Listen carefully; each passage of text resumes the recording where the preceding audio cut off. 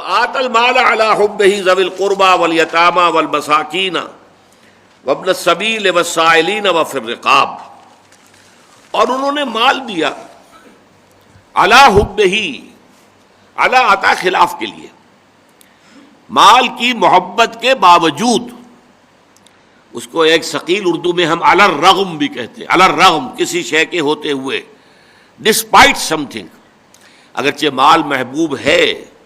زین للناس حب الشہوات من النساء والبنین والقناطیر المقنطرۃ من الذهب والفضة والخیل المسومۃ والانعام والحرث، اللہ انسان کی سرشت کے اندر مال کی محبت ڈال دی گئی، لیکن یہ کہ یہ مال محبوب ہونے کے باوجود انسان اسے خرچ کر سکے، کس کے لیے؟ آت المال علی حبہ ذوی القربى، قرابت داروں کو، والیتامى یتیموں کو،